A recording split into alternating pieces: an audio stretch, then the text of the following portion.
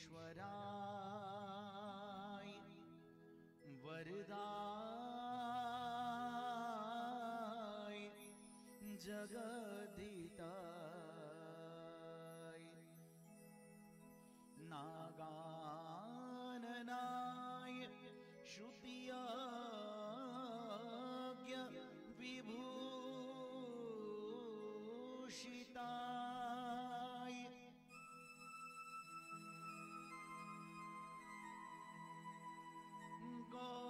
गौरीसुताय गणनाथ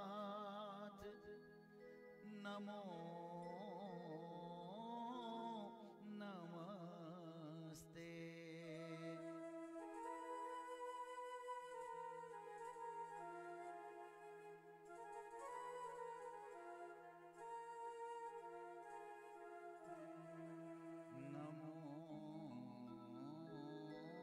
नमस्ते।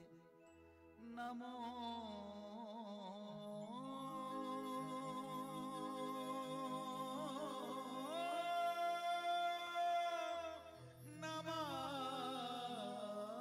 नमस्ते।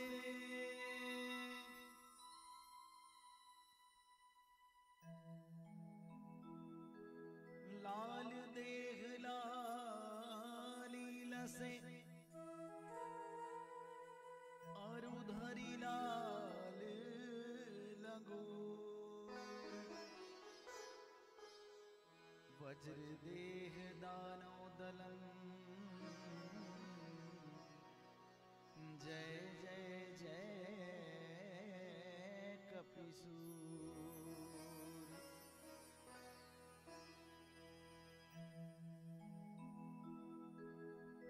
पितरेश्वर थे आय के सिद्ध करो सब काज हरे हाथा आज है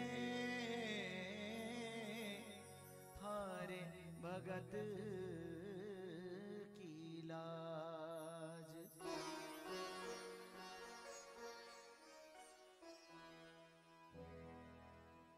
गजानंद सरकार पधारो कथा चरित की तैयारी है। गजानंद सरकार पधारो।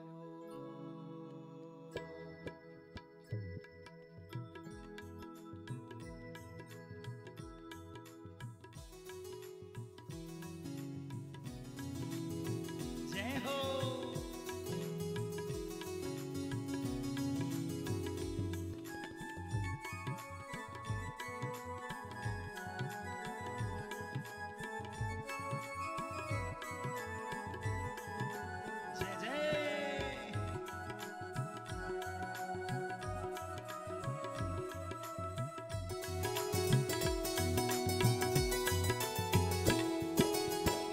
गजानंद सरकार पधारो कीर्तन की सब तैयारी है। आओ आओ बेगा आओ आओ बेगा चाव दर्श को भारी है। गजानंद सरकार पधारो।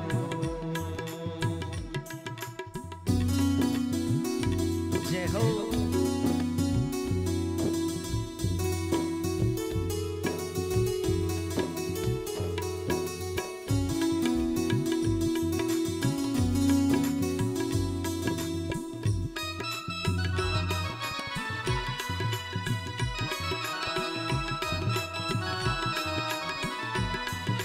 जय हो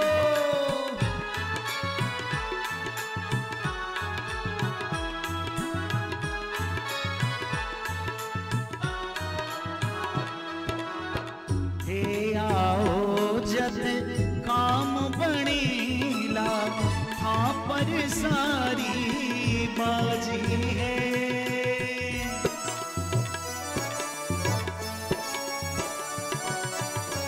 हे आओ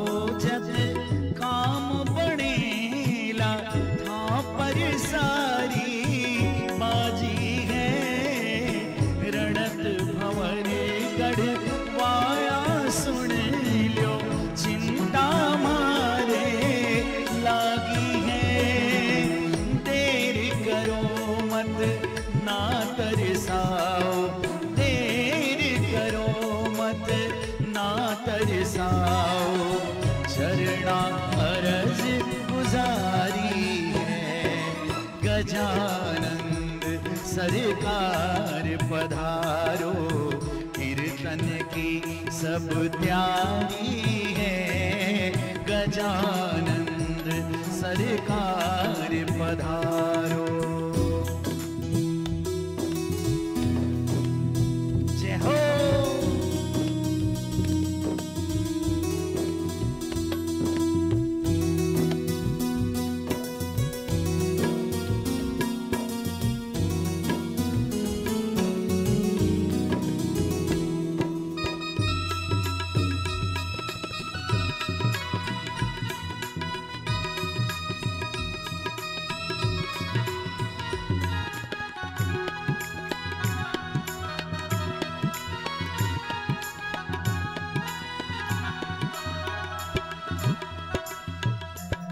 रिद्धि सिद्धि संग ले आओ विनायक, द्यो दर्शन थारे भगताने।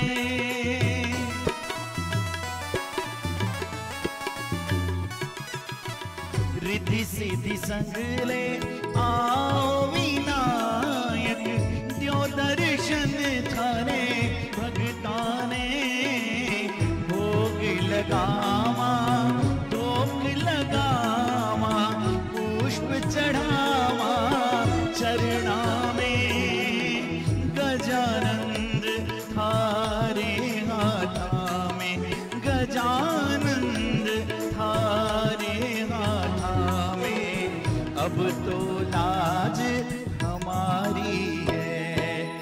गजानंद सरकार पधारो, कीर्तन की सब त्यारी है।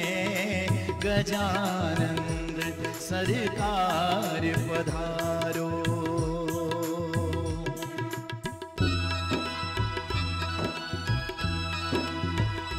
जय हो।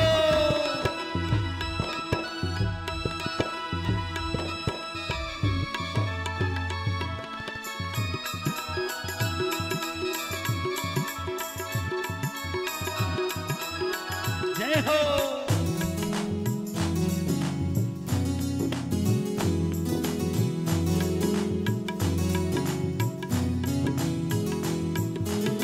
भगता की तो विनती सुन कर, शिव सुत प्यारो आयो है।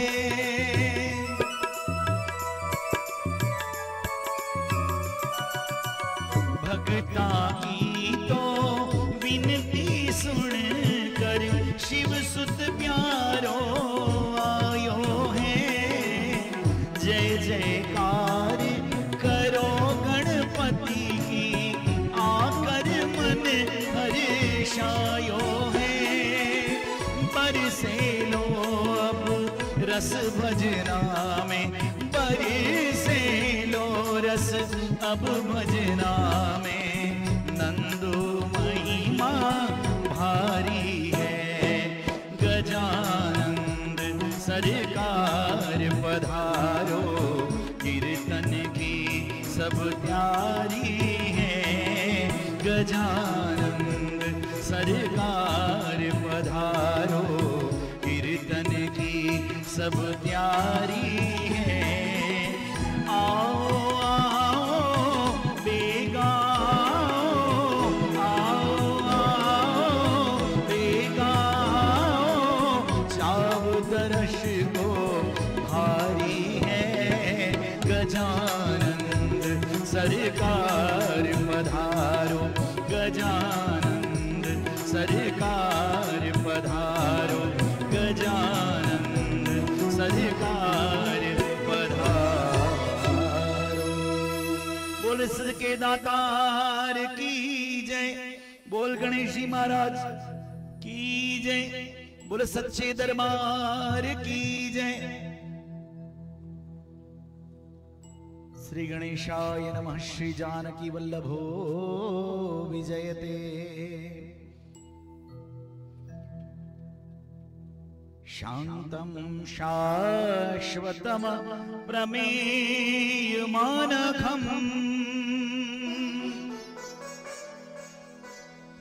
निर्वाण शांति प्रदम् ब्रह्मा शंभु फणीन्द्र सेव्यमनीशम् वेदांत वेद्यं विभुम् रामाख्यं जगदीश्वरं सुरगुरुं मायामनोषं हरिं वन्देऽहं करुणाकरं रघुवरं भूपालचूडामणिं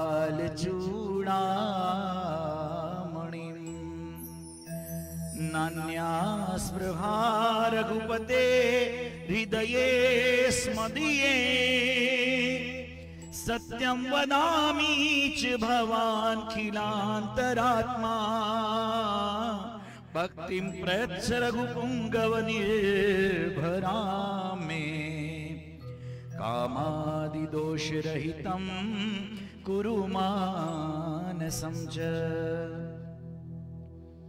अतुलित बलधामम् हेमशैलाभदेहम् तनुजवन कृशानुं ज्ञानिनामग्रगण्यम् सकल गुण निधानम् वानराणामधीशम् रघुपति प्रिय भक्तम् वातजातं नमामि। राम रामेति रामेति रमे रामे वरानने सहस्रनाम तत्तुल्यं श्रीराम नाम वरानने। और आइए आज श्री हनुमत चरित्र सप्तसुरभि कथा का तृतीय पक्ष बालाजी के चरणों में, हनुमान जी के चरणों में अर्पण करते हुए मैं उज्जवल खाकोलिया नागपुर आप सभी के बीच। और आज शनिवार का परम दिन, और आज का दिन ये हनुमान जी के लिए या हनुमान जी के भक्तों के लिए विशेष दिन है, क्योंकि ये वो दिन है जिस दिन सारे शनि के कष्टों को हर के, जो समस्त ब्रह्मांड में सूर्य पुत्र और न्याय के देने वाले परम न्यायाधीश जिनको कहा गया है, ऐसे शनिदेव के भी कष्टों को हरने वाले श्री हनुमान जी महाराज। आइए हनुमान चालीसा के माध्यम से आज शनिवार के परम पावन दिन हनुमान जी के चरणों में चलें।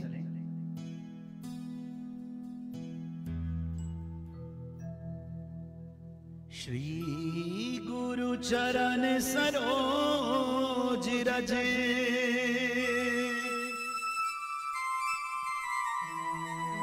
निज मनु मुकुर सुधारि रामा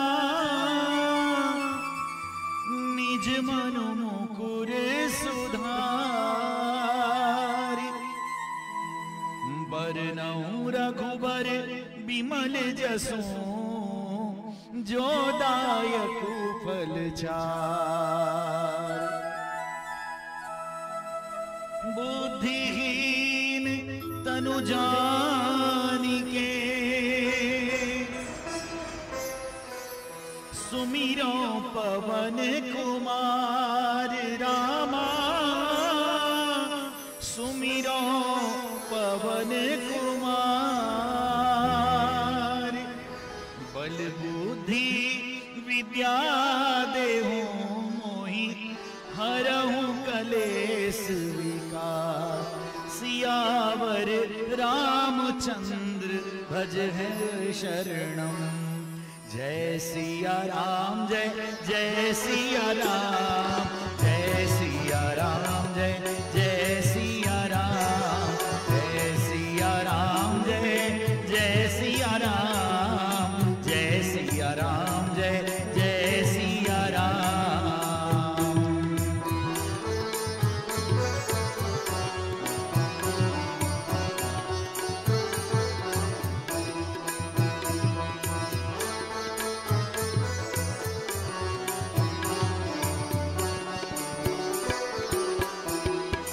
जय हनुमान ज्ञान गुण सागर, जय कपीस तिहु लोक उजागर, रामदूत अतुलित बल धामा, अंजनी पुत्र पवन सुत नामा, महावीर विक्रम बजरंगी, कुमति निवार सुमति के संगी, कंचन बरन विराज सुबेसा, कानन कुंडल कुंचित केसा, जय सिया राम जय जय सिया राम, जय सिया राम जय जय सिया राम, जय सिया राम जय जय सिया राम, जय सिया राम जय जय सिया राम।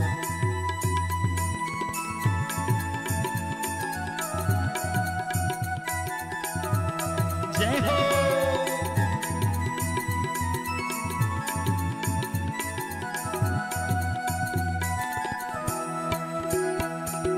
हाथ वज्र और ध्वजा विराजे, कांधे मूंज जनेऊ साजे, शंकर सुवन केसरी नंदन, तेज प्रताप महाजगवंदन, विद्यावान गुणी अति चातुर, राम काज करिबे को आतुर, प्रभु चरित्र सुनिबे को रसिया, राम लखन सीता मन बसिया, जय सिया राम जय जय सिया राम, जय सिया राम जय जय सिया राम, जय सिया राम जय जय सिया राम, जय सिया राम जय जय सिया राम।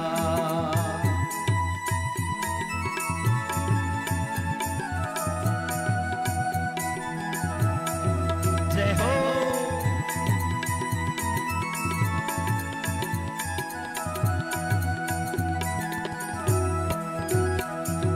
सूक्ष्म रूप धरि सियहि दिखावा, विकट रूप धरि लंक जरावा, भीम रूप धरि असुर सहारे, रामचंद्र के काज समारे, लाए संजीवन लखन जियाए, श्री रघुवीर हर्षि उर लाए, रघुपति कीनी बहुत बड़ाई, तुम मम प्रिय भरतहि सम भाई, जय सिया राम जय जय सिया राम, जय सिया राम जय जय सिया राम, जय सिया राम जय जय सिया राम, जय सिया राम जय जय सिया राम।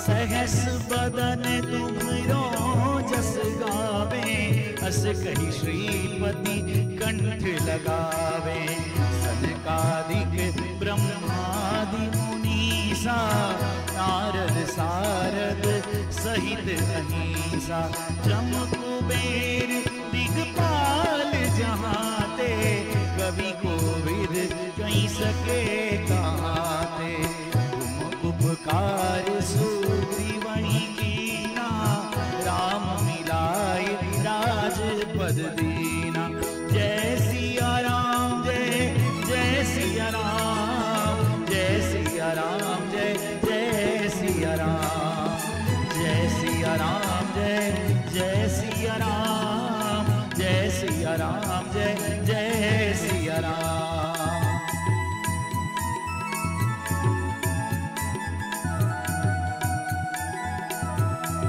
जय हो।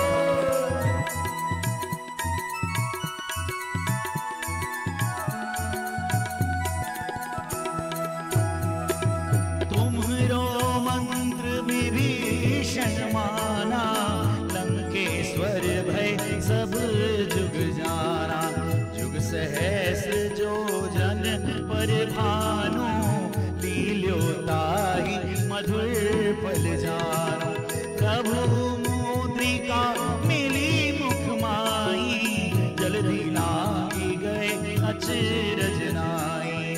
दुर्गम काज जगत के जेते, सुगम अनुग्रह तुम रे देते। जय सिया राम, जय जय सिया राम, जय सिया राम, जय जय सिया राम। जय सिया राम, जय जय सिया राम, जय सिया राम, जय जय सिया राम।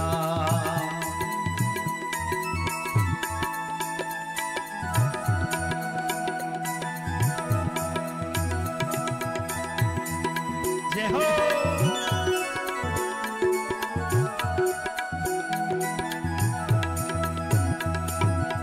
राम दुआरे तुम रखवारे, होत ना क्या बिनु पैसारे। सब सुख लगे तुम्हारी सरना, तुम रक्षक काहू को डरना। आपन तेज समारो आपे, तीनों लोक आपते आपे। भूत पिशाच निकट नहीं आवे, महावीर जब नाम सुनावे। जय सिया राम, जय जय सिया राम, जय सिया राम, जय जय सिया राम। जय सिया राम, जय जय सिया राम, जय सिया राम, जय जय सिया राम।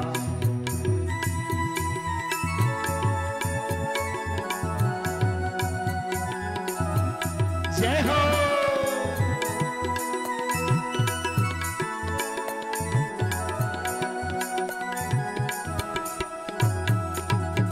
नासै रोग हरे सब पीरा, जपत निरंतर हनुमत वीरा।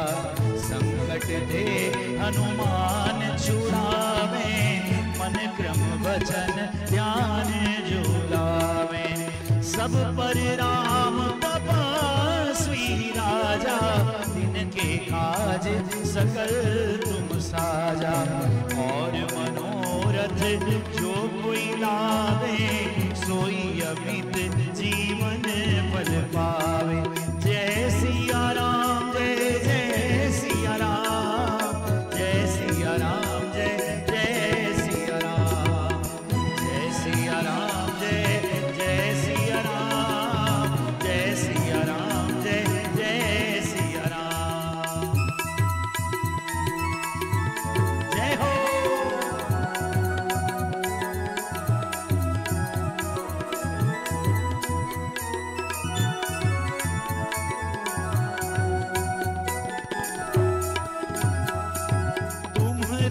भजन राम को पावे, जन्म जन्म के दुख बिसरावे। अंतकाल रघुबर जाई, जहाँ जन्म हरि भक्त कहाई। और देवता चित न धरई, हनुमत से सर्व सुख करई। संकट कटे मिटे सब पीरा, जो सुमिरे हनुमत बलबीरा। जय सिया राम, जय जय सिया राम, जय सिया राम, जय जय सिया राम। जय सिया राम, जय जय सिया राम, जय सिया राम, जय जय सिया राम।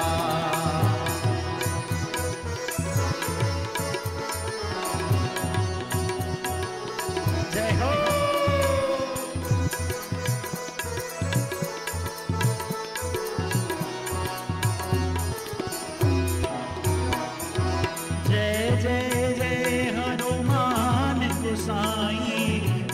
करऊं गुरुदेव की नाई।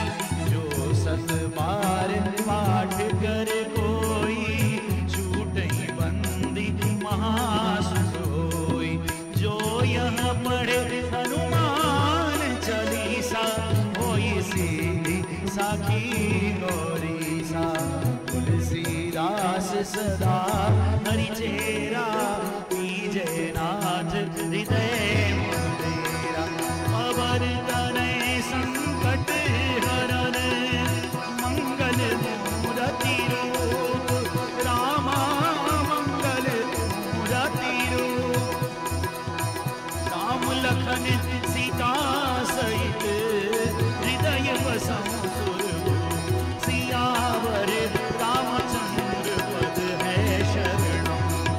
जय सिया राम जय जय सिया राम। जय सिया राम जय जय सिया राम। जय सिया राम जय जय सिया राम। जय सिया राम जय जय सिया राम। जय सिया राम जय जय सिया राम। जय सिया राम जय जय सिया राम। जय सिया राम जय जय सिया राम। जय सिया राम जय जय सिया राम।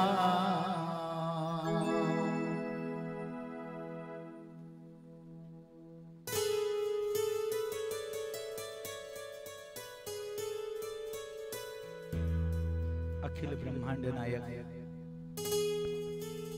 तीन लोक महेश्वर जगदीश्वर भगवान नारायण अवतारी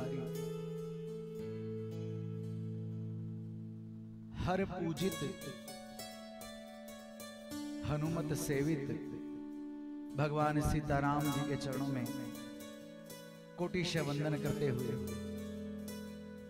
इस कथाचरित के अंदर हनुमान जी महाराज का पदार्पण करवाते हैं, उन्हें आसन ग्रहण करवाते हैं।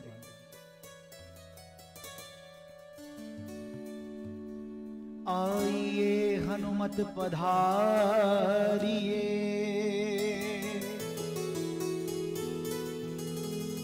कथा कहूं मति अनुसार। प्रेम सहित गादी धरूं, विराजिए पवन कुमार।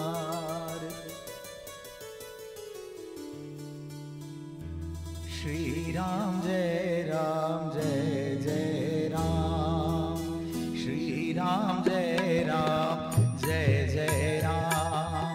श्री राम जय जय राम। श्री राम जय जय राम। श्री राम जय जय राम। श्री राम जय जय राम। श्री राम जय जय राम। श्री राम जय जय राम। श्री राम जय जय राम। श्री राम जय राम।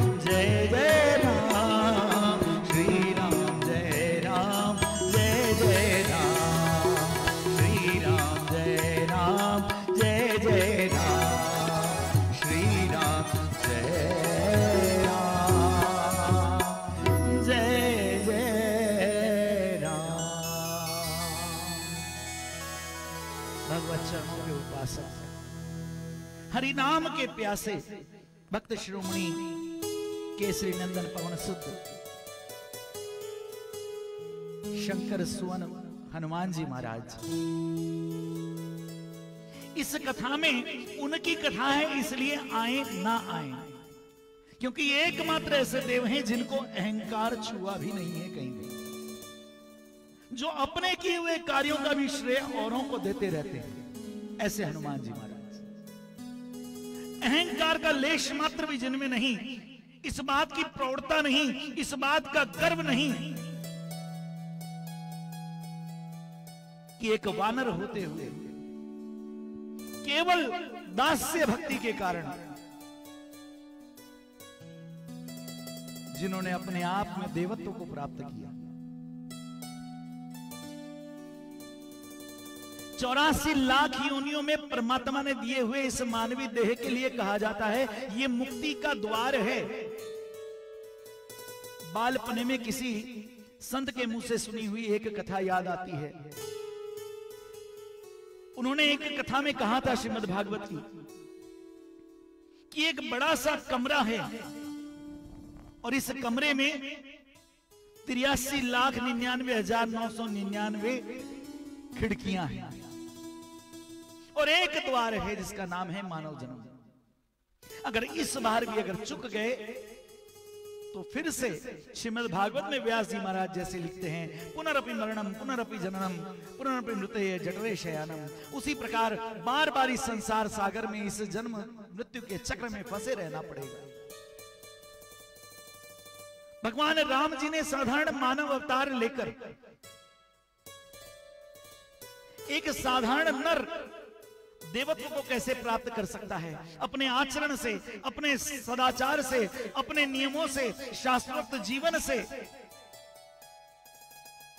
अक्सर आपने राम कथाओं में बड़े बड़े प्रवक्ताओं को कहते हुए सुना होगा कि राम कथा, रामचरितमानस, चाहे वाल्मीकि रामायण, राम जी की कथा, ये जीवन सिखाती है और श्रीमद् भागवत मृत्यु सिखाती है कि मृत्यु हो तो कैसी हो और उत्तम मृत्यु के लिए व्यक्ति को क्या करना चाहिए।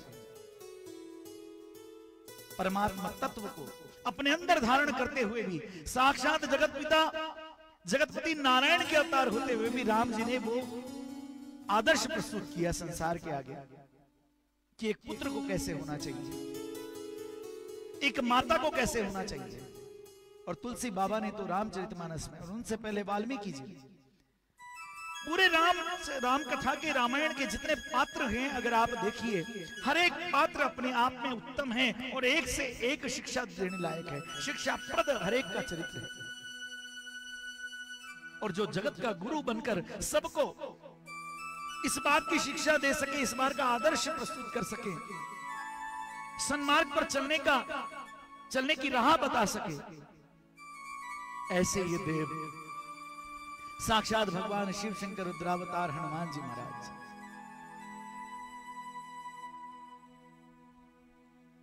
प्रेमियों, कल की कथा में हमने देखा था, सुना था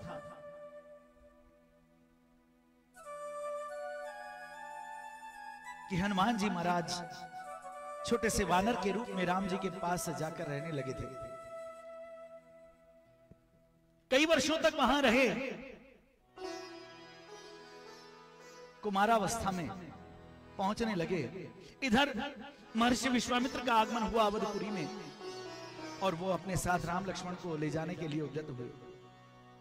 चूंकि भगवान लीलाधारी श्री रामचंद्र जी के लीला का ही एक भाग था, मारीच, सुबाहु, ताड़का जैसे राक्षसों का वध करना, ऋषियों मुनियों को जब तक यज्ञ में जो खलल पड़ रहा था उससे, उनके कष्टों से उनको मुक्ति दिलाना, और साक्षात जगतपति मोक्षदायी भगवान वैकुंठवासी नारायण के अवतार राम जी का जो दर्शन कर ले, उन ऋषियों की तो हजारों वर्षों की तपस्या मानो सफल हो गई, और जिन्होंने तपस्या बस शुरू ही की थी उनको तो वैसे ही फल प्राप्त हो गया, मोक्ष की प्राप्ति हो गई। पुनरपि जननम पुनरपि मरणम पुनरपि मृत्य जठरे शयनम वाली इस संसार के जन्मांग चक्र से उनको मुक्ति मिल गई।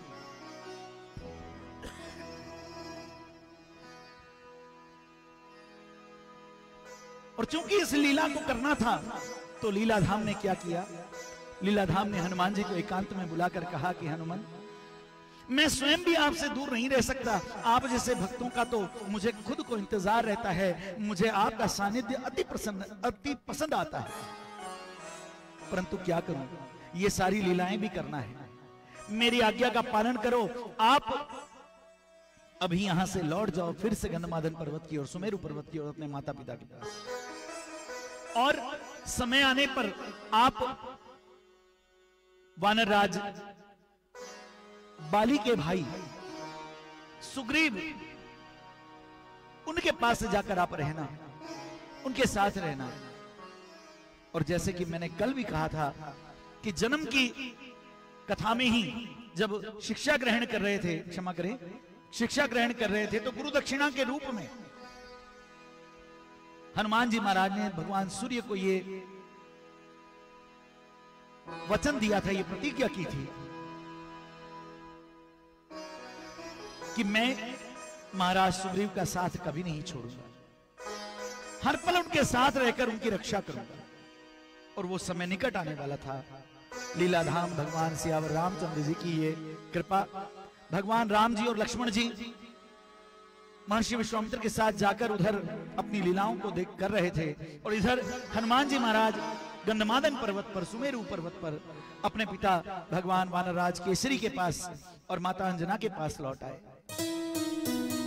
दिन रात पुत्र को राम में देखते हुए एकांत प्रिय होते जा रहे अपने पुत्र को देखकर माता को बड़ी चिंता हुई। माता पिता ने मन में विचार किया कि सूर्यदेव की कृपा से, उनके आशीर्वाद से हनुमान जी ने शास्त्रों का, वेदों का, समस्त अस्त्र शस्त्रों का तो ज्ञान प्राप्त कर लिया, परंतु इन्हें राजकाज की भी समझ आनी चाहिए, नीति निपुणता इनमें आनी चाहिए। इसके लिए किष्किंधा का राज्य, जिसके अंतर्गत ही महाराज केसरी का ये राज्य आता था, महाराज केसरी के इस राज्य में की राजधानी ऐसा समझिए आप पंपापुर थी, और पंपापुर में ऋक्षराज वानर के दो पुत्र, जिनका मैंने कल भी वर्णन किया था कि भगवान इंद्र के औरस पुत्र के रूप में ऋक्षराज वानर के बड़े पुत्र बाली और भगवान सूर्यदेव के औरस पुत्र के रूप में ऋक्षराज वानर के छोटे पुत्र सुग्रीव। और ऋक्षराज वानर अपने दोनों पुत्रों को समान रूप से प्रेम करते थे। दोनों बालक अत्यंत धीर, वीर, बलवान, बुद्धिमान और सुंदर तो थे ही, उसके साथ साथ दोनों भाइयों में अतिशय प्रेम था। बाली सुग्रीव को अपने प्राणों से भी ज्यादा चाहते थे, सदा साथ रहते, परंतु ऋक्षराज वानर उनके दिवंगत होने के पश्चात सारे उनके वानर मंत्रियों ने ज्येष्ठ होने के कारण बाली को राजगद्दी पर बैठाया और उनका अभिषेक कर दिया। और बाली भी स्वयं महावीर थे। उनको ब्रह्मा जी से वरदान प्राप्त था कि जो भी कोई उनसे लड़ने के लिए उनके सामने आएगा, उसकी आधी शक्ति बाली के अंदर समा जाएगी। मतलब जो शत्रु सामने आएगा, उसकी आधी शक्ति केवल उस पर दृष्टि पड़ते ही बाली के अंदर आ जाती। परम अपनी प्रजा के प्रिय बाली ने बड़े सुंदर तरीके से राज्य अपना संभाला और विशाल राज्य का शासन करने लगे। और सुग्रीव छोटे होने के नाते सदा श्रद्धा और भक्ति के कारण अत्यंत विनीत भाव से अपने एक बड़े भाई के सेवक के रूप में वो अपने आप को प्रस्तुत करते हैं।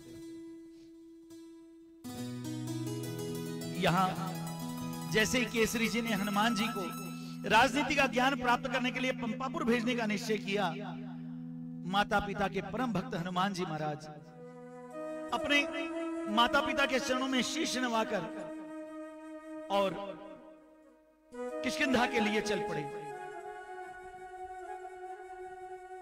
साक्षात पवन कुमार, पवन सुत, केसरी नंदन पंपापुर में आ रहे हैं। ये बात जब पंपापुर में ज्ञात हुई, बाली ने उनके स्वागत हेतु सुग्रीव को द्वार पर भेजा। सुग्रीव जी ने जाकर हनुमान जी का स्वागत किया। हनुमान जी उन्हें देखते ही पहचान गए और हनुमान जी के मन में वो बात फिर से लौट आई जो सूर्य देव को उन्होंने गुरु दक्षिणा के रूप में आश्वासन दिया था। और बड़ी सुंदर बात प्रेमियों, उसी समय से, उसी क्षण से सुग्रीव से निकटता हनुमान जी महाराज की हो गई, प्रेम बढ़ गया, मित्रता हो गई।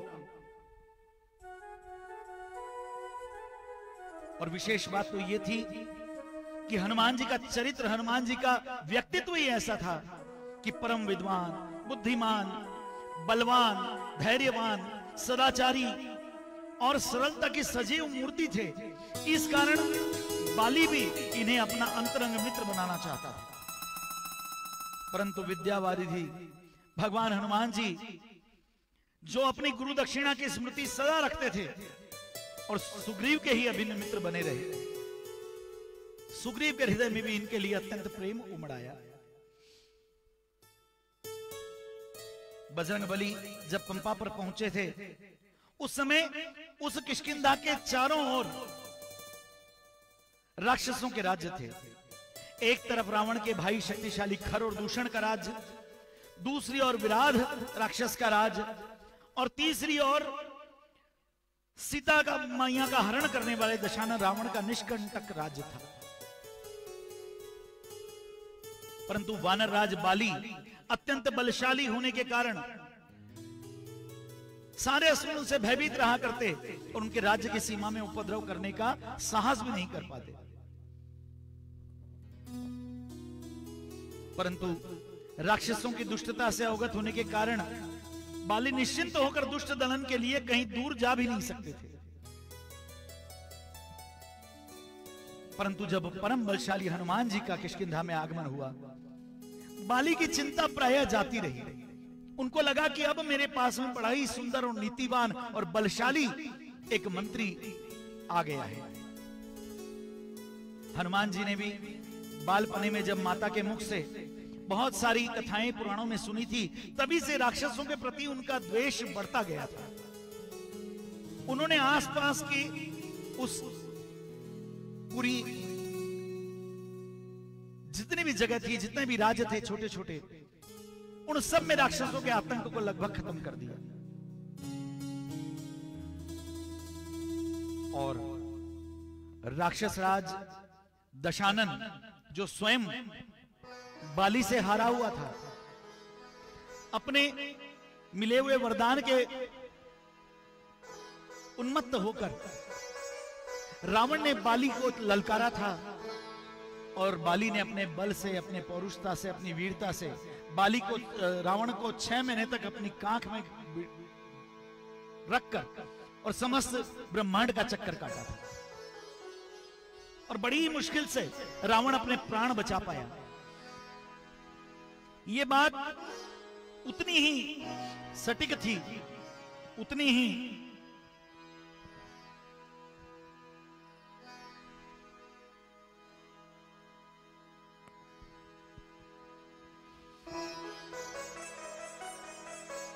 रावण बाली के निकट नहीं आना चाहता था। वीरवर बाली और सुग्रीव की आदर्श प्रीति कथा सब जगह प्रख्यात थी। वो दोनों प्रत्येक रीति से सुखी थे, परंतु क्रूर नियति की निर्दयता की सीमा नहीं थी। उसने ऐसी स्थिति उत्पन्न कर दी जिससे दोनों अपने सहज प्रेम को भूलकर एक दूसरे के बैरी हो गए। और हुआ यूं कि मैं दानव का पुत्र मायावी नामक दानव अपनी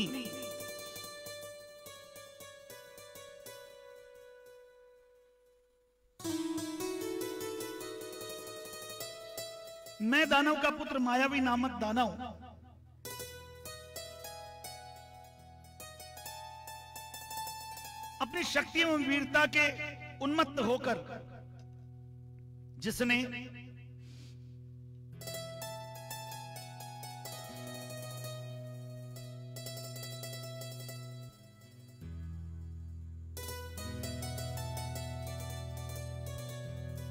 एक बार अपना प्रतिद्वंदी ढूंढता हुआ वो किष्किंधा के द्वार पर आ पहुंचा, पंपापुर के द्वार पर आ पहुंचा, और आधी रात में उसने बाली को आवाहन किया कि अगर तुझ में दम है तो मुझसे युद्ध कर। मैं परम बलशाली मायावी राक्षस हूं, मैं दानव का पुत्र। और अप्रतिम वीर बाली शत्रु का आह्वान सुनते ही उसका मुख मर्दन करने के लिए सदैव प्रस्तुत रहते थे। वे प्रगाढ़ निद्रा में थे, परंतु उस असुर की ललकार को सुनकर वो जाग उठे और सीधे द्वार की ओर दौड़े। अपने अग्रज को, अपने बड़े भाई को शत्रु की ललकार पर दौड़ते हुए देखा। सुग्रीव भी उनके पीछे हो लिए। जब दोनों वीरों को आते हुए देखा, वो मैदानव का पुत्र मायावी भयभीत होकर तीव्र गति से वहां से भाग निकला। दोनों भाई भी उसी गति से उसका पीछा करने लगे। अत्यधिक दूर जाने पर उस राक्षस ने एक घास फूस का विवर दिखाई दिया। विवर का अर्थ होता है बड़ा सा एक गड्ढा, जो घास फूस से ढका हुआ था। मायावी दानव उसके भीतर घुस गया। उसके पीछे पीछे बाली भी जाने के लिए उद्यत हुए, क्योंकि उसने ललकारा था और अपनी पौरुषता पर बाली को भी कम गर्व नहीं था, अपनी वीरता पर कम गर्व नहीं था। सुग्रीव को वहीं विवर के बाहर पहरे पर रखकर बाली ने उस विवर के अंदर प्रवेश किया, उस गड्ढे में प्रवेश किया और बता दिया कि 15 दिन तक मेरा यहां इंतजार करना, मैं लौट कर आऊंगा, मैं समस्त राक्षसों का संहार करके लौट कर आऊंगा। सुग्रीव ने भाई की आज्ञा का पालन करने के लिए उसी विवर के बाहर पहरा देना शुरू किया। बाली अंदर चले गए। पूरा 1 महीना हो गया सुग्रीव वहीं बैठे रहे पहरा देते हुए, परंतु बाली का कोई अता पता नहीं था। और अचानक एक दिन उस विवर में से, उस गड्ढे में से खूब सारा फेन और रक्त की धाराएं आ रही थी। कुछ आवाजें आ रही थी असुरों की। बहुत दिनों तक और भी बैठे रहे, कान लगाकर सुनते रहे, परंतु सुग्रीव को भाई बाली का कोई आवाज उसमें सुनाई नहीं दिया। बाली की आवाज नहीं सुनाई दी। विचार किया कि न जाने क्यों ऐसा हो रहा है।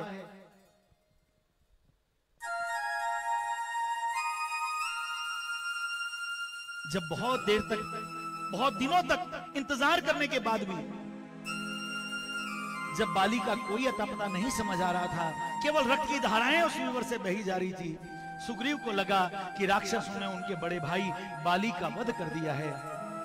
बड़े दुखित हृदय से ये सोचकर कि अब उन्होंने बाली का अगर वध कर दिया है तो कल को जाकर मुझे भी आकर वो मार डालेंगे, एक बड़ी सी चट्टान को लाकर सुग्रीव ने उस विवर के मुख पर रख दिया, उस विवर को बंद कर दिया, उस गड्ढे को बंद कर दिया और बड़े दुखी हृदय से वापस पंपापुर में आकर ये समाचार सुनाया।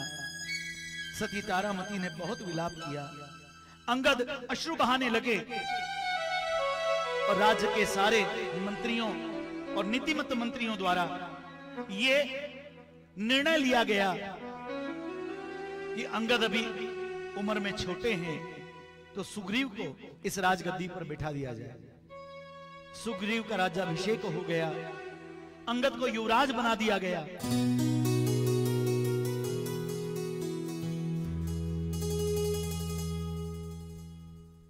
अंगद को राजा बना दिया गया, अंगद को युवराज बना दिया गया। सुग्रीव ने अपनी मृत्यु का संवाद अप्रकट रखना चाहा, परंतु चतुर मंत्रियों ने युवराज अंगद को छोटा देखकर सुग्रीव को राज्य पद पर जो अभिषेक कर दिया था, अब नीतिपूर्वक राज्य के दायित्व का भार सुग्रीव जी पर आ गया। सुग्रीव राज्य शासन करने लगे।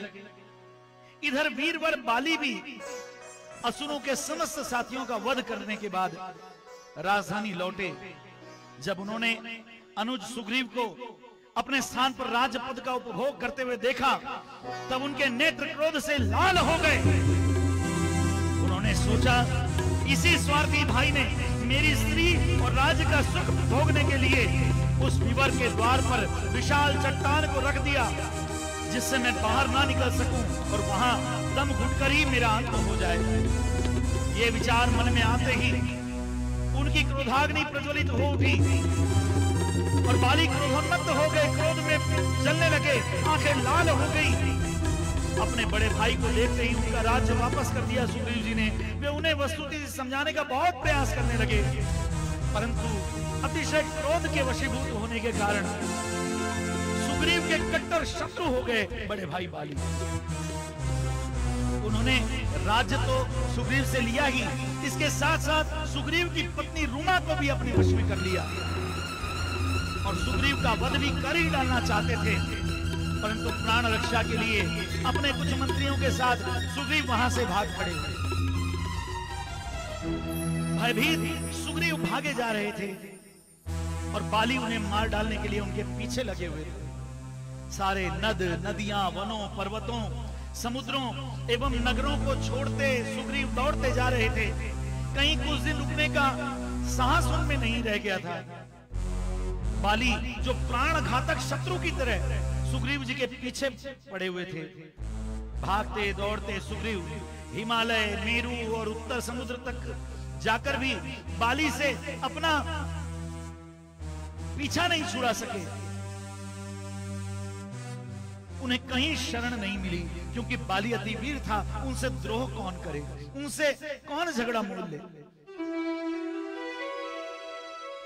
तब उनके साथ निरंतर छाया की भांति रहने वाले हनुमान जी केसरी नंदन ने उन्हें दुंदुभी राक्षस के वध वाली घटना सुनाई। प्रेमियों, दुंदुभी नाम का राक्षस भैंसे के रूप में रहता था और वो भी अपने जिसमें 1000 हाथियों का बल उसने प्राप्त किया था तपस्या से, और 1000 हाथियों के बल वाला वो भैंसा, वो दुंदुभी राक्षस जिसने जाकर पंपापुर के द्वार पर मायावी दानव की तरह ही बाली को ललकारा था।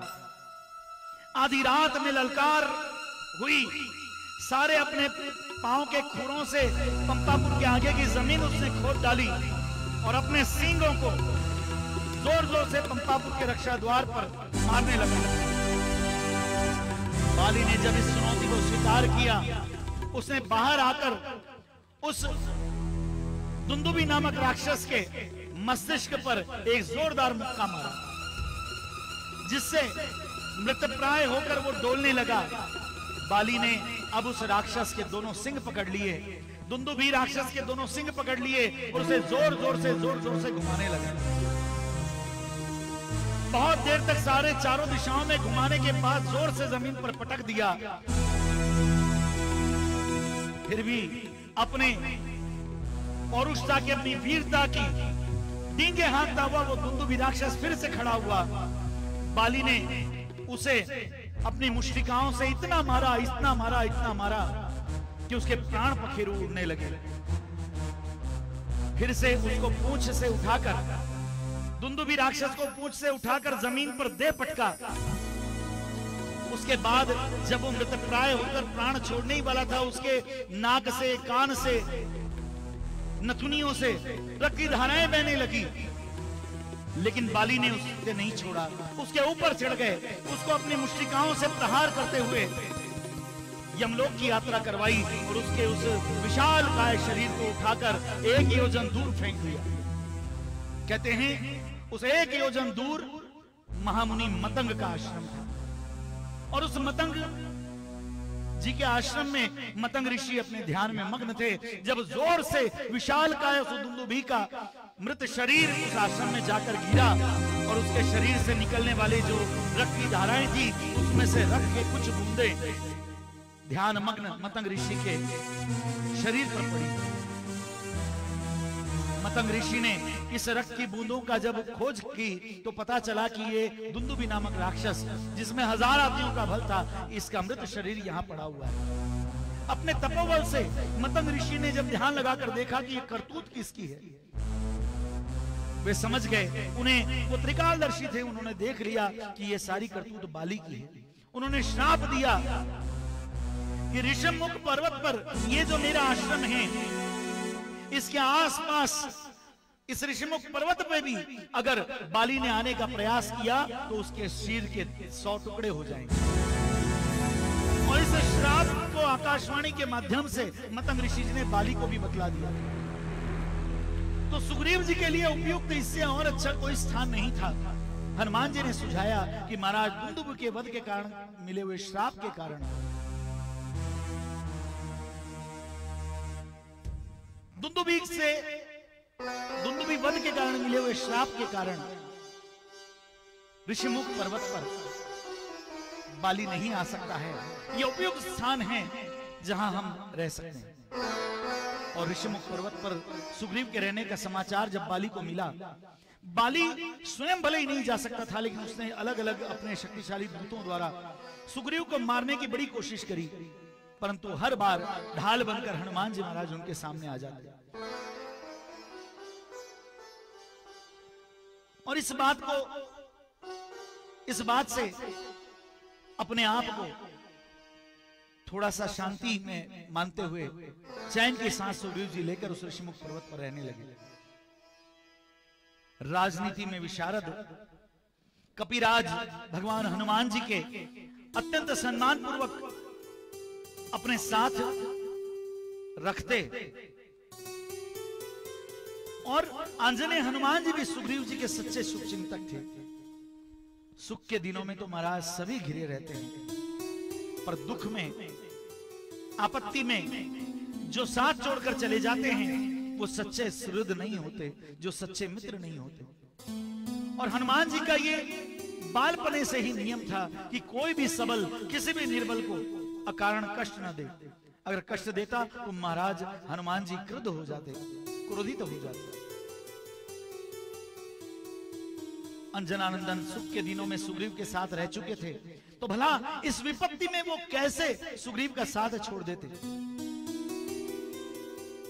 यहां पर कथा में हनुमान जी के परम मित्र होने का भी, कि एक मित्र को कैसे होना चाहिए, एक मित्र के साथ धन यश वैभव अपनी जगह, अगर चाहते तो महाराज केसरी की तरह खुद भी उनके युवराज बनकर सुमेरु पर्वत पर राज कर सकते थे, परंतु राम काज लगी तब अवतारा।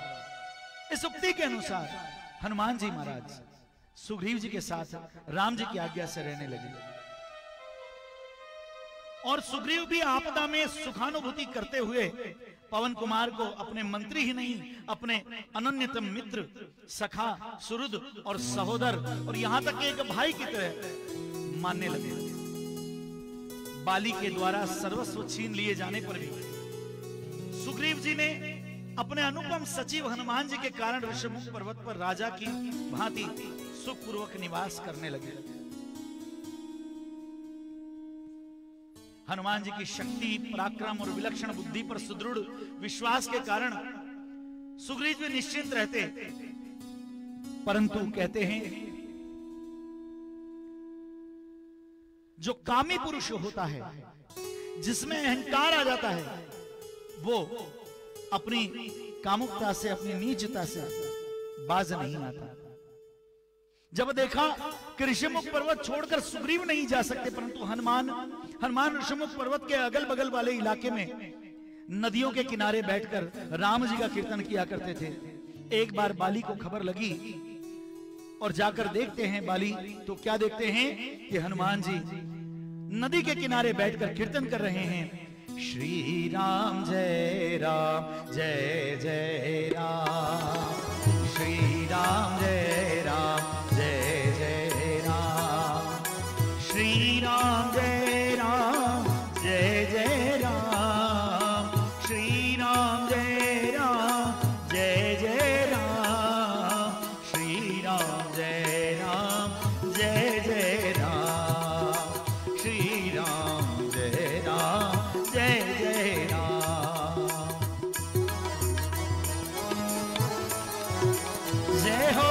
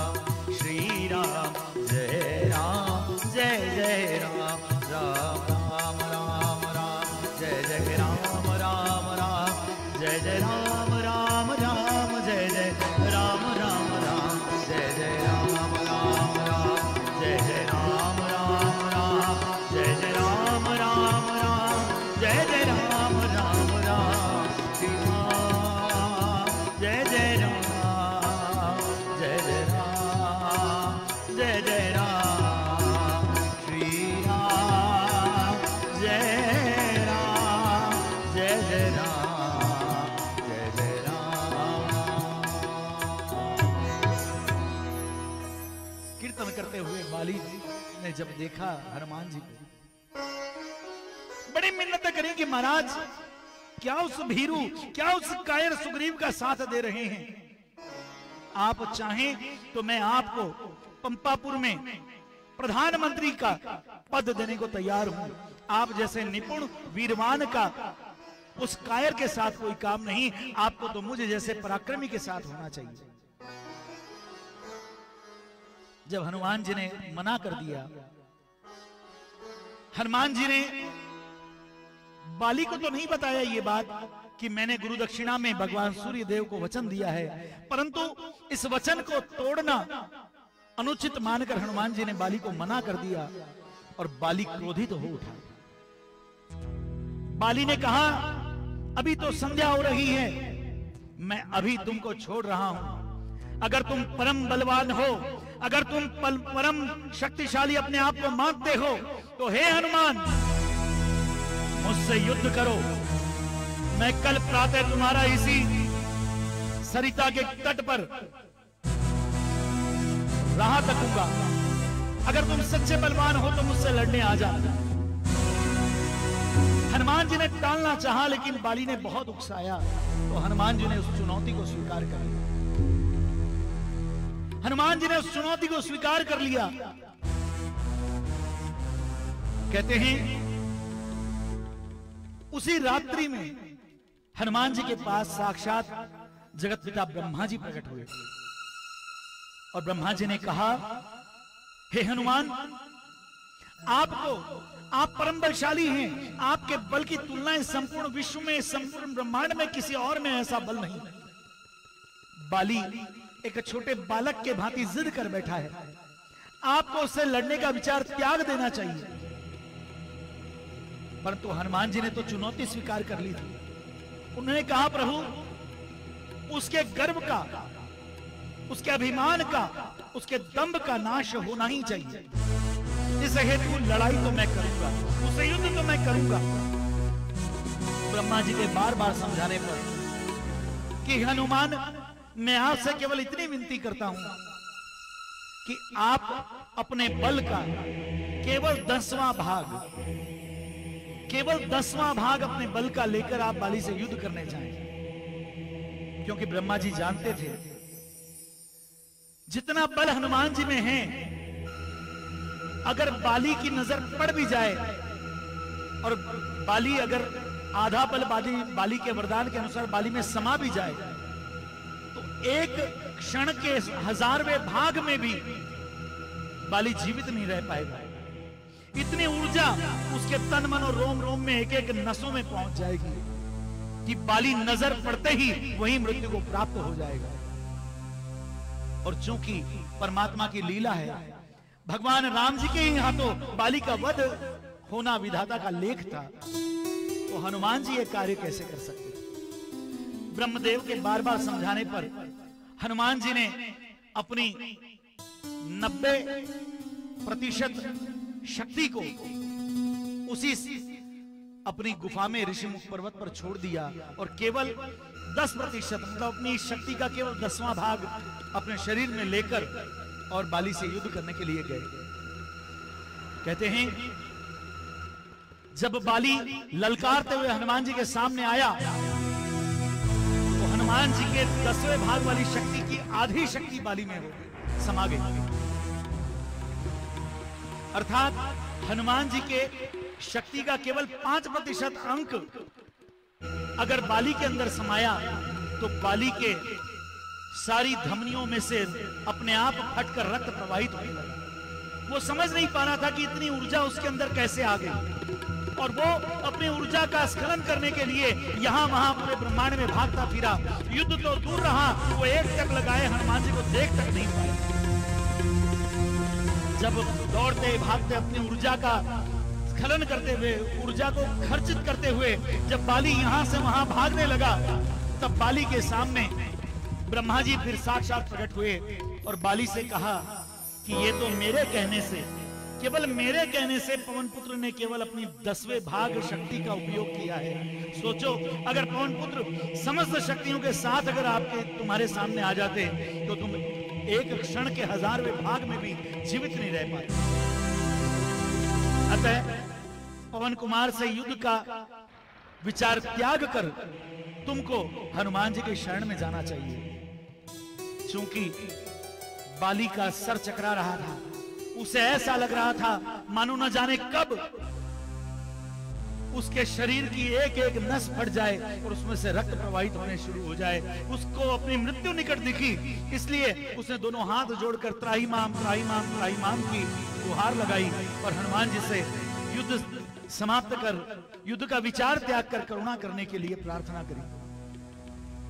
इस प्रकार कि जिनके लिए जो शास्त्र कहते हैं, तुलसी बाबा ने और वाल्मीकि रामायण में वाल्मीकि जी ने जो लिखा कि अतुलित बल के धाम है, उनकी तुलना का बल इस ब्रह्मांड में किसी के पास है ही नहीं।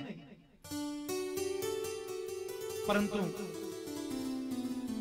भृगि और अंगिरा के वंशज ऋषियों द्वारा मिले हुए श्राप के कारण वे अपने बल को भूले रहते हैं। ये एक अलग बात है, बहुत बड़ी बात है। ऋषिमुख पर्वत पर सुग्रीव जी के साथ निवास करते हुए हनुमान जी एक दिन उस कंदराओं में बैठे थे, तो दूर से सुग्रीव जी की नजर पड़ी। सुग्रीव जी की नजर पड़ी दो ऋषि कुमारों पर, और महाराज ये ऋषि कुमार कोई और नहीं, साक्षात जगतपति भगवान नारायण के अवतार श्री रामचंद्र जी और उनके भाई लक्ष्मण जी थे। जब दूर से देखा, हाथ में धनुष बाण लिए हुए दिखाई दे रहे थे, उस नदी के किनारे ऋषिमुख पर्वत के नीचे सुग्रीव भयाक्रांत हो गए। उन्होंने हनुमान जी से कहा कि हे हनुमत, देखो ये दो कोई नए प्राणी, ये नए कोई मानव दिखाई दे रहे हैं, दिखने में तो राजसी लगते हैं।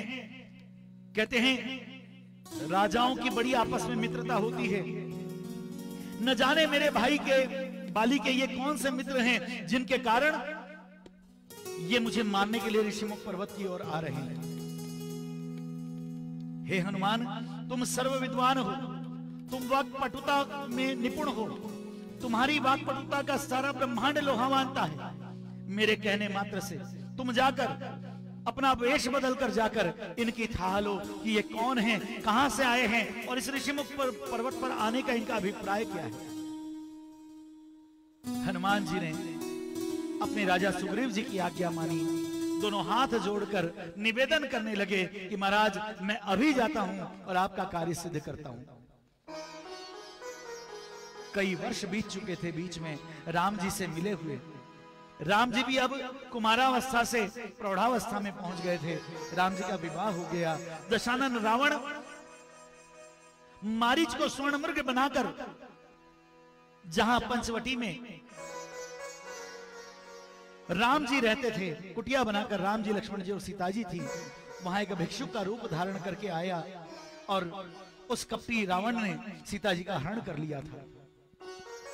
गिद्धराज जटायु ने बहुत युद्ध करने का प्रयास किया, परंतु रावण ने अपनी चंद्रहास खड्ग से जटायु के दोनों पंखों को काट दिया और मृत्यु मुख में पड़े हुए वृद्ध जटायु ने राम जी और लक्ष्मण जी को सारी कथा बताई थी कि दक्षिण दिशा की ओर लंका नामक नगरी का राजा दशानन रावण आपकी पत्नी सीता का हरण करके ले गया है। इससे राम जी और लक्ष्मण जी को यह बात तो ज्ञात थी कि सीता का हरण दशानन रावण ने किया है, परंतु उसका राज्य बड़ा था, केवल लंका में ही नहीं अपितु और भी जगह फैला हुआ था। इसलिए न जाने किस दिशा में उसने सीता जी को ले जाकर रखा होगा, इस बात के लिए कोई शाश्वतता नहीं थी। ब्राह्मण वेश धारण करके हनुमान जी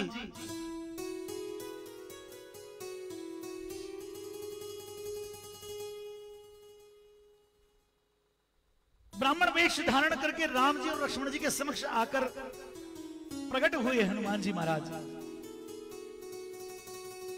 और प्रणाम करके विनम्र वाणी में हाथ जोड़कर मन को अत्यंत प्रिय लगने वाली वाणी में पूछने लगे, हे वीरवर, एक श्याम वर्ण और एक गौर वर्ण वाले सुंदर पुरुष आप लोग कौन हैं? मुझे लगता है निश्चय ही आप लोग क्षत्रिय कुमार हैं। आपका वेशभूषा, आपके शस्त्र अस्त्र भी वही बता रहे हैं, परंतु आपने जो बलकल वस्त्र धारण किए हैं, यह जटाजूट बांधी है, इससे लगता है कि आप कोई ऋषि कुमार भी हैं। परंतु आप अत्यंत कोमल हैं, और यहां इस पर्वत तथा वन्य, जहां अत्यंत भयानक सर्वत्र व्याघ्र आदि हिंस्र पशुओं का राज है, ऐसे में ऐसे कंकड़ों पत्थरों और कुछ कंटकों से भरे हुए इस रास्ते में आप क्या कर रहे हैं? मुझे आप बतलाएं। हनुमान जी ने कहा, हे प्रभु, मैं आपको अत्यंत सुंदर आपके स्वरूप को देख देख कर चकित हो रहा हूं। कोई साधारण क्षत्रिय कुमार तो इतना तेजस्वी हो ही नहीं सकता। या तो आप ब्रह्मा विष्णु या महेश इनमें से कोई हैं, या तो इस अखिल सृष्टि के स्वामी साक्षात स्वयं पर ब्रह्म ही हैं। आप जो कोई भी हैं, जो भूभार हरने के लिए इन युगल रूपों में अवतरित हुए हैं, तो मुझे सनाथ करने के लिए यहां पधारे हों तो मुझे बताइए। या तो आप पर ब्रह्म हैं, या साक्षात भगवान नरनारायण ही हैं। बातचीत करने में कुशल हनुमान जी की वाणी को सुनते ही राम जी ने लक्ष्मण जी से कहा, भाई लक्ष्मण, इनके विद्वत्तापूर्ण उच्चारण को तो देखो। इनके उच्चारण से स्पष्ट है कि ये व्याकरण शास्त्र के परम विद्वान हैं। इन्होंने यजुर्वेद, सामवेद जैसे ग्रंथों का पूर्ण तरह से ज्ञान प्राप्त किया है। इन शास्त्रों का व्याकरण से नियमानुकूल शुद्ध वाणी को जहां संस्कार कहा जाता है, ऐसे संस्कार संपन्न ये विप्र लग रहे हैं। इन्होंने वेदों का भी अध्ययन गहन तरीके से किया है, इसीलिए हृदय को आनंद प्रदान करने वाली कल्याणमयी वाणी का ये उच्चारण कर रहे हैं। इनकी विचित्र वाणी को सुनकर किसका चित्त प्रसन्न नहीं होगा? यहां तक कि वध करने के लिए कोई शत्रु अगर इन पर तलवार भी अगर उठा ले, तो उसके हृदय का भी परिवर्तन करने का सामर्थ्य इनकी अद्भुत वाणी में मुझे नजर आ रहा है। तुम ही इनसे बात करो। अपने बड़े भ्राता राम जी का आदेश मानकर लक्ष्मण जी ने ब्राह्मण वेशधारी हनुमान जी से कहा, हे विप्र, हम दोनों अयोध्या के प्रख्यात राजा दशरथ जी के पुत्र श्री राम और मैं लक्ष्मण हूं। पिता की आज्ञा से हम 14 वर्ष वनवास के लिए अरण्य में आए, परंतु किसी मायावी राक्षस ने छल पूर्वक श्री राम जी की भार्या माता सीता जी का हरण कर लिया, और इसीलिए हम इन वन में उनको ढूंढते फिर रहे हैं। अब आप कौन हैं, जरा अपना परिचय दीजिए। जब लक्ष्मण जी द्वारा श्री राम और लक्ष्मण होने की बात जब सुनी, क्योंकि हनुमान जी ने अपने प्रभु की कल्पना हमेशा राजसी वेशभूषा में की थी। देखिए प्रेमियों, कितना सुंदर बात है। जो सर्वज्ञ हैं, जो त्रिकालदर्शी हैं, जो त्रिनेत्रधारी हैं, जो गंगाधार बहाने वाले हैं, जो समस्त शास्त्रों को मर्मज्ञ हैं, और जो अपने कैलाश पर बैठे बैठे सती जी को, उमा जी को अनन्य ग्रंथों का, अनन्य कथाओं का वाचन करते रहते हैं, श्रवण कराते रहते हैं, ऐसे साक्षात भगवान रुद्र के अवतार हनुमान जी अनभिज्ञ होकर राम जी का परिचय पूछ रहे थे। और राम जी का परिचय पूछने के बाद जैसे ही अपने प्रभु का साक्षात दर्शन किया, आंखों से प्रेमाश्रु बहने लगे हनुमान जी के, और अपने भूल के लिए क्षमा मांगते हुए हनुमान जी, जिनकी एक तक पलक अश्रु बहाते हुए भी श्री राम जी के मुखमंडल से नहीं हट रही थी, वो राम जी के चरणों में बैठकर अश्रु बहाने लगे और अपने भूल के लिए क्षमा मांगने लगे कि हे प्राणाधीन राम, हे त्रैलोक्य के दुर्लभ पावन पद्म जिनके हैं, ऐसे श्री रामचंद्र जी मुझे क्षमा करिए, मैं आपको नहीं जान सका। मैं कपिहीन मैं हीन कपि हूं। जिस प्रकार तुलसी बाबा ने सुंदरकांड के माध्यम से लिखा, प्रात ले जो नाम हमारा, तादिन त्राही न मिले आहारा। मैं इतना हीन हूं कि हम कपियों का अगर कोई मुख भी अगर देख ले तो उस दिन उनको आहार ना मिले। ऐसे हीन को मैं अपनी, ऐसा मैं हीन और मैं आपको नहीं पहचान सका, परंतु क्या आप भी मुझे नहीं पहचान सके? हे दयाधाम प्रभु, मैं पामर हूं, मैं भूल गया, ये तो स्वाभाविक है, किंतु आप अनजान बनकर ये कैसा प्रश्न कर रहे हैं? अपने अश्रुधाराओं से अपने प्रभु श्री राम जी के चरणों का अभिषेक करते हुए हनुमान जी महाराज से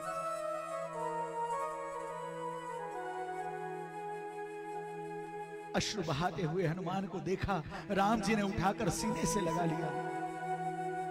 बोलो राम राम राम, बोलो राम राम राम, बोलो राम राम राम, बोलो राम राम राम, बोलो राम राम राम, बोलो राम राम राम, बोलो राम राम राम, बोलो राम राम राम। हे राम, हे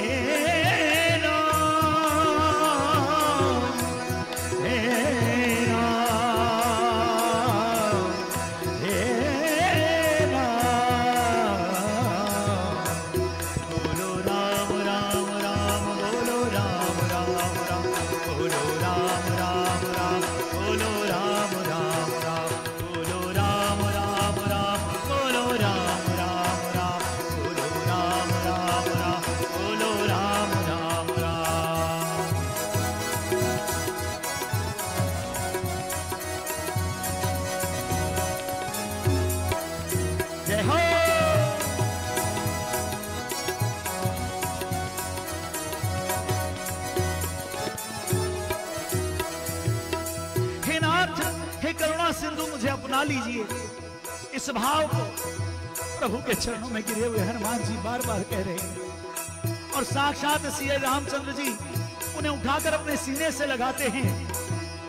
दयाधाम करुणा सिंधु, हे नाथ, हे मेरे नाथ, मैं आपको कभी भूलूं नहीं, मैं आपको कभी भूलूं नहीं।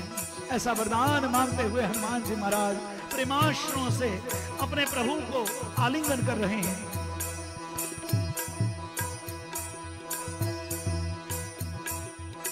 हनुमान जी के इस भाव विभल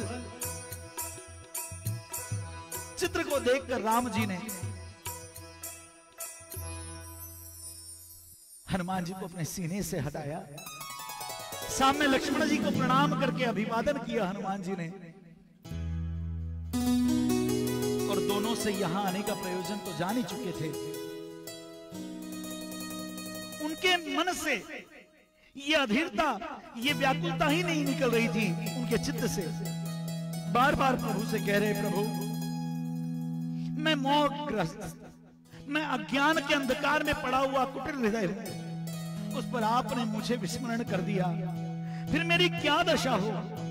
हे दया में, अब आप दया करिए और मुझे ऐसा आशीर्वाद दीजिए कि चाहे जो हो जाए मैं आपको कभी भूलूं नहीं।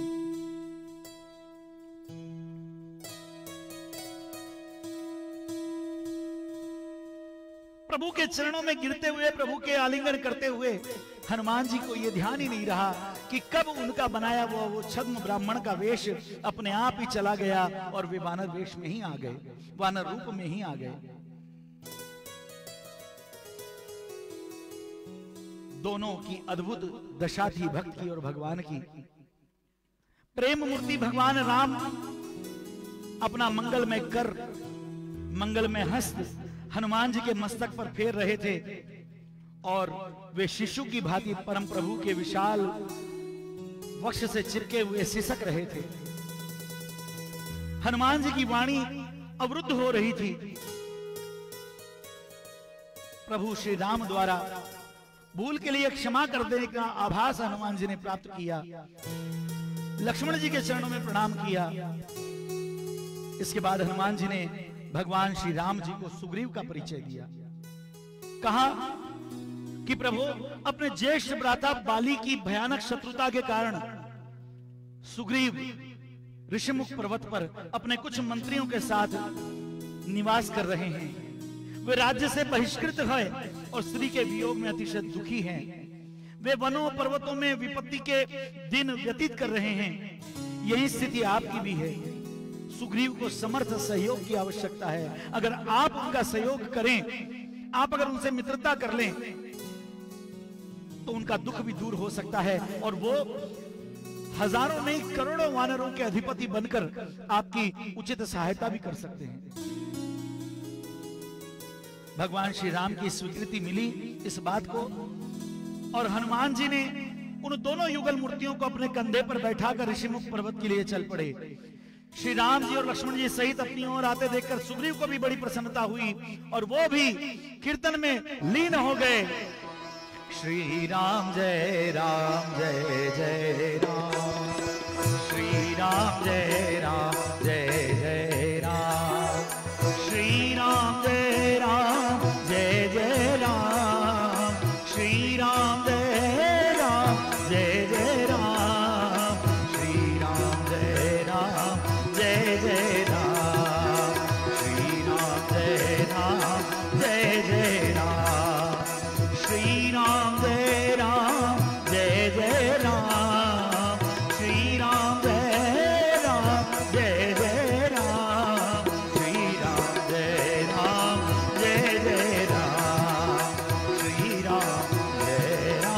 जय जय राम, श्री राम जय जय राम, श्री राम जय जय राम। राम जी महाराज लक्ष्मण जी हनुमान जी के कांधे पर बैठकर ऋषिमुख पर्वत पर उतरे और हनुमान जी ने सुग्रीव जी से राम जी का परिचय कराया और राम जी से सुग्रीव जी का। आंखों में आंसू लिए और बड़े ही आशा भरी दृष्टि से देखते हुए सुग्रीव जी राम जी के चरणों में बैठे हैं और अग्नि को साक्षी मानकर राम जी और सुग्रीव जी ने मित्रता की शपथ ली और अगाढ़ मित्रता को प्राप्त किया। राम जी ने वाली के बारे में सारी बातें जानी और रामचरितमानस के माध्यम से आपको हमको सभी को ज्ञात है कि सुग्रीव को ललकारने के लिए कहा राम जी ने बाली को। सुग्रीव ने जाकर अपने बड़े भाई बाली को ललकारा। चूंकि इंद्र द्वारा प्रदत्त विजयमाला पहनकर वो आया हुआ था और दोनों भाई सुग्रीव और बाली दिखने में बिल्कुल एक जैसे थे, इसलिए युद्ध करते समय राम जी पहचान नहीं पाए कि बाली कौन है और सुग्रीव कौन है। कहीं गलती से बाण सुग्रीव को ना लग जाए, ये सोचकर उन्होंने बाण नहीं चलाया। बाली द्वारा बहुत मारा, बाली ने बहुत मारा अपने सुग्रीव को और बड़ी मुश्किल से प्राण बचाकर सुग्रीव वहां से भागे। एक बार तो सुग्रीव के मन में आया कि राम जी, कहीं सच में आप वही राम जी हैं ना जिन्होंने अनेक राक्षसों का वध करके आपने पृथ्वी का भार उतारा, ऋषि मुनियों को अभयदान प्रदान किया, या आप कहीं कोई दूसरे राम हैं जो अपने वचन से फिरने को तैयार हैं, अपने मित्र को वहां मार खाता हुआ आप देख सकते हैं, परंतु आपने बाण नहीं चलाया। राम जी ने असमर्थता बताई कि हे सुग्रीव, आपका और बाली का दोनों का चेहरा, दोनों का रूप एक जैसा है। अगर मैं आप पर बाण चला देता तो इसके लिए मैं अपने आप को कभी क्षमा नहीं कर पाता, इसलिए मैंने बाण नहीं चलाया। जब सुग्रीव ने बताया कि बाली के गले में भगवान इंद्र द्वारा दी हुई वरदानित माला है, विजय माला है, इधर राम जी ने भी आकाश की ओर एक बाण छोड़ा और उससे विजय माला प्रकट करी और साक्षात विधाता ने अपने हाथों से सुग्रीव के गले में उस विजय माला को पहनाया। तत्पश्चात जब बाली पहले दिन विजयमाला पहनकर आया था और सुग्रीव को बहुत मारा और वो प्राण बचाकर भागे थे, वापस ऋषिमुख पर्वत के उस प्रभास उस क्षेत्र में आ गए थे जिससे उनके प्राण बचे। बाली अपने गर्व में और फूल गया। वो ये जान ही नहीं पाया कि अगर इतने दिन से भीरू की तरह, कायर की तरह भागने वाला ये सुग्रीव आज मुझे ललकार रहा है, इसका मतलब कोई ना कोई बात जरूर है, किसी ना किसी का सहयोग इसे जरूर मिल रहा है। इस बात को बाली भूल गए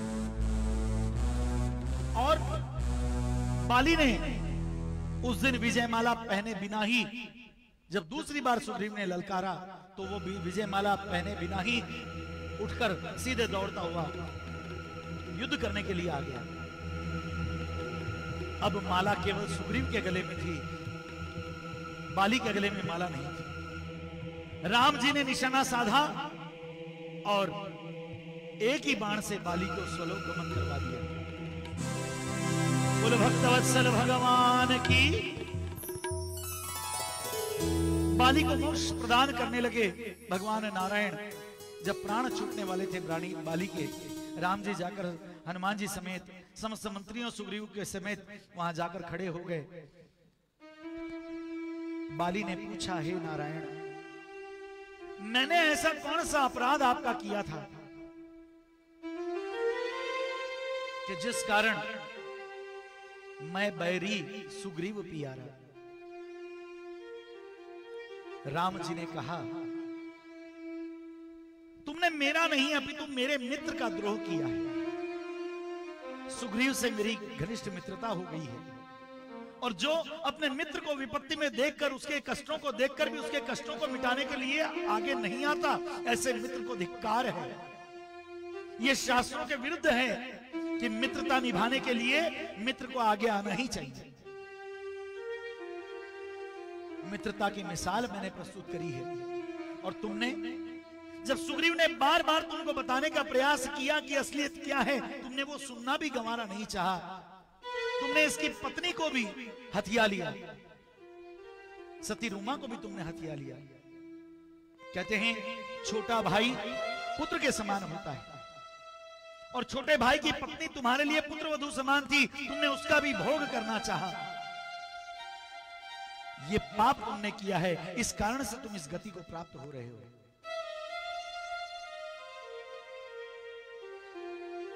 सुग्रीव ने जाकर अंत गंगाजल पिलाया और बाली ने अपने प्राण त्यागे ठाकुर जी को देखते हुए। कहते हैं अंत भला सो सब भला।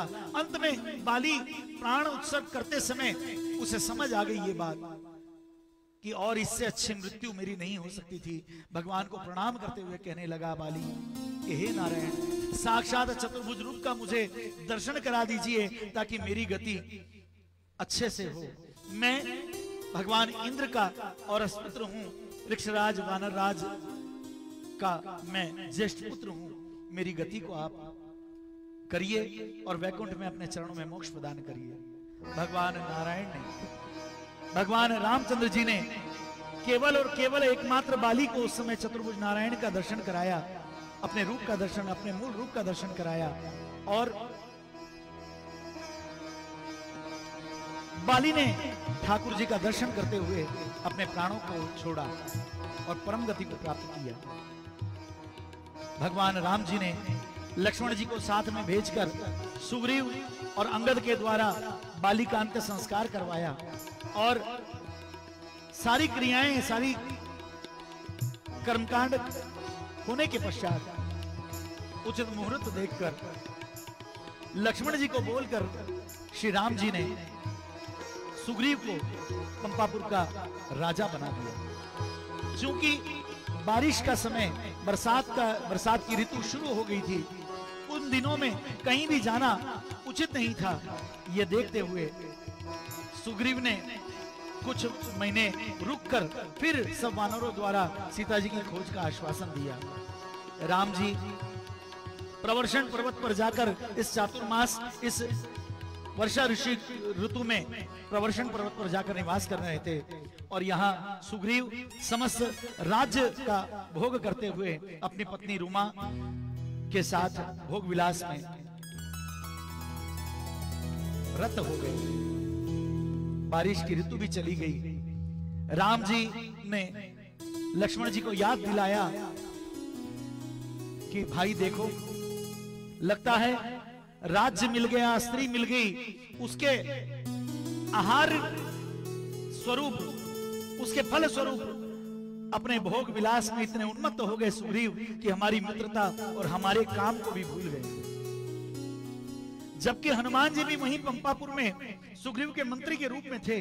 वे बार बार उन्होंने समझाया सुग्रीव जी को, और सुग्रीव जी ने चारों तरफ अपने सारे युद्धपतियों को भेजकर अलग अलग दिशाओं से करोड़ों वानरों की सेना को इकट्ठा करना शुरू कर दिया और आदेश दिया कि अगर अगले एक सप्ताह के भीतर सारे के सारे यहां नहीं पहुंचे तो उसके बाद आने वाले को सीधे मृत्यु दंड दिया जाएगा। सारे युद्धपति जिधर उधर अपने अपने वानरों को इकट्ठा कर पंपापुर और किष्किंधा में आने लगे। इधर राम जी ने बहुत इंतजार किया, परंतु जब सुग्रीव जी की ओर से कोई समाचार नहीं देखा तो उन्होंने लक्ष्मण जी को कहा, भाई तुम जाओ और उस दंभी सुग्रीव को जाकर मेरा संदेशा कहना, हे पापी, तुम मित्रता के नाम पर धोखेबाज हो, तुमने अपनी मित्रता की लाज नहीं रखी। जैसे ही तुम्हारा राजपाट, तुम्हारी स्त्री, तुम्हारा सब कुछ काम सिद्ध हो गया, तुम राम जी के कार्य को भूल गए कि आज कितने महीनों से वो तुम्हारा इंतजार कर रहे हैं। लक्ष्मण जी ने कहा, भैया अगर आप कहें तो मैं एक बाण से उस भीरू, उस कायर सुग्रीव का प्राण दंड देने को तैयार हूं। राम जी ने कहा, नहीं, चाहे जैसे भी हो वो हमारे मित्र हैं, उनको प्राण दंड नहीं देना है, तुम केवल जाकर उन्हें मेरी इस बात को कहकर डरा देना। शेषावतार भगवान लक्ष्मण जी जब पंपापुर में गए, लक्ष्मण जी के आने का समाचार सुग्रीव जी को मिला। उन्होंने हनुमान जी को आगे किया। हनुमान जी सविनय लक्ष्मण जी को प्रणाम करके अंदर ले गए। लक्ष्मण जी ने सारा समाचार राम जी का सुग्रीव जी को सुनाया और सुग्रीव जी दोनों हाथ जोड़े लक्ष्मण जी से क्षमा याचना करने लगे।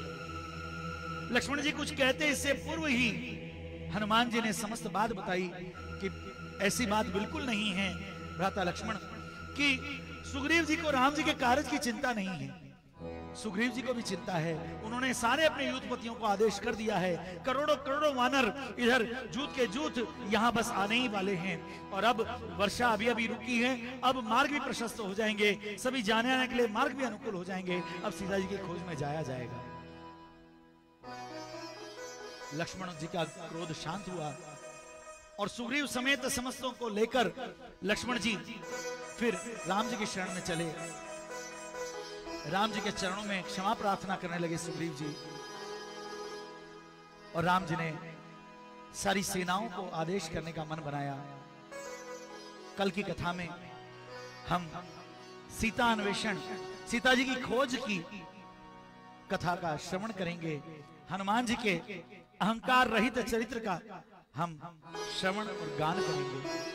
आइए कीर्तन के माध्यम से हनुमान जी के चरणों में निवेदन करें। आज के इस श्री हनुमान चरित्र सप्त सुरभि के तृतीय पुष्प को अर्पण करने वाले आज के सेवादार श्री गोविंद प्रसाद जी भरतिया एवं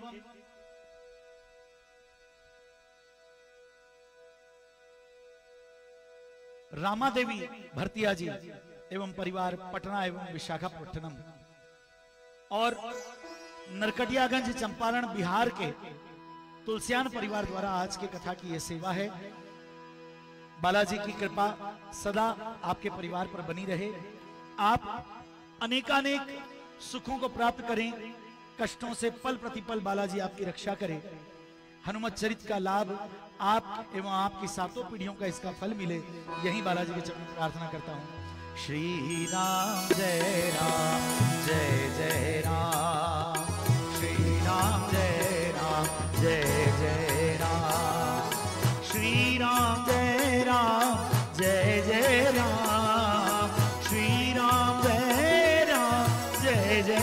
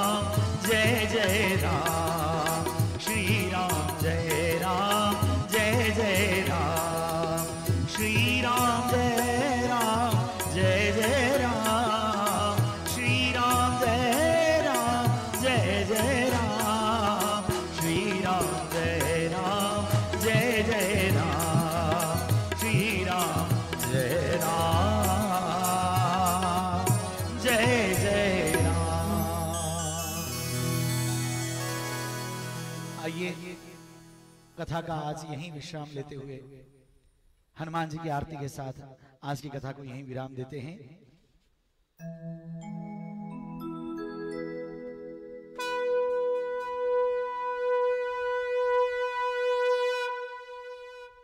आरती की जय हनुमान लला की, दुष्ट दलन रघुनाथ कला की। जाके बल से गिरिवर कांपे, रोग दोष जाके निकट न जाके।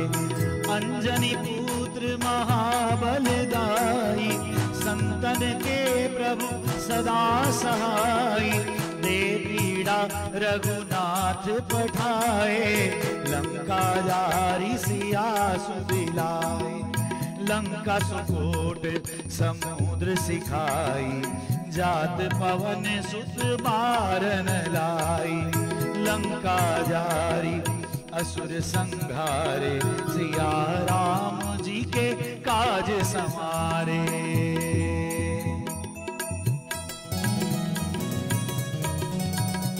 जय हो।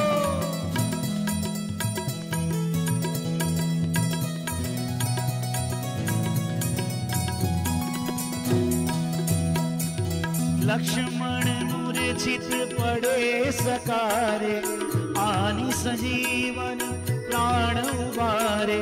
बैठी पाताल तोरी जमकारे, अहि रावण की भुजा उखाड़े। बाईं भुजा असुर दल मारे, दहिने भुजा संत जन तारे। सुर नर मुनि जन आरती उतारे, जय जय जय हनुमान जी उचारे।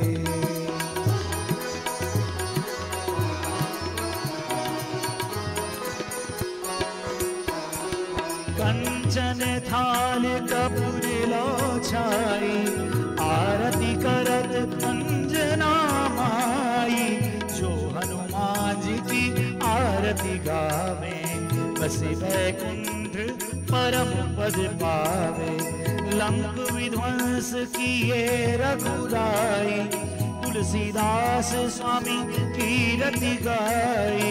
आरती की जय हनुमान लला की, दुष्ट दलन रघुनाथ कला की। आरती की जय हनुमान लला की, दुष्ट दलन रघुनाथ कला की। आरती की जय हनुमान लला की, दुष्ट दलन रघुनाथ कला की। सियावर रामचंद्र जी की जय, पवन सुत हनुमान जी की जय। उमापति महादेव जी की जय, बोलो रे भाई सब संतन की जय। सभी भक्त और भगवान की जय। सर्वे भवन्तु सुखिनः, सर्वे सन्तु निरामया, सर्वे भद्राणि पश्यन्तु, मा कश्चित् दुर्भाग् भवेत्। जय सिया राम, जय सिया राम, जय सिया राम।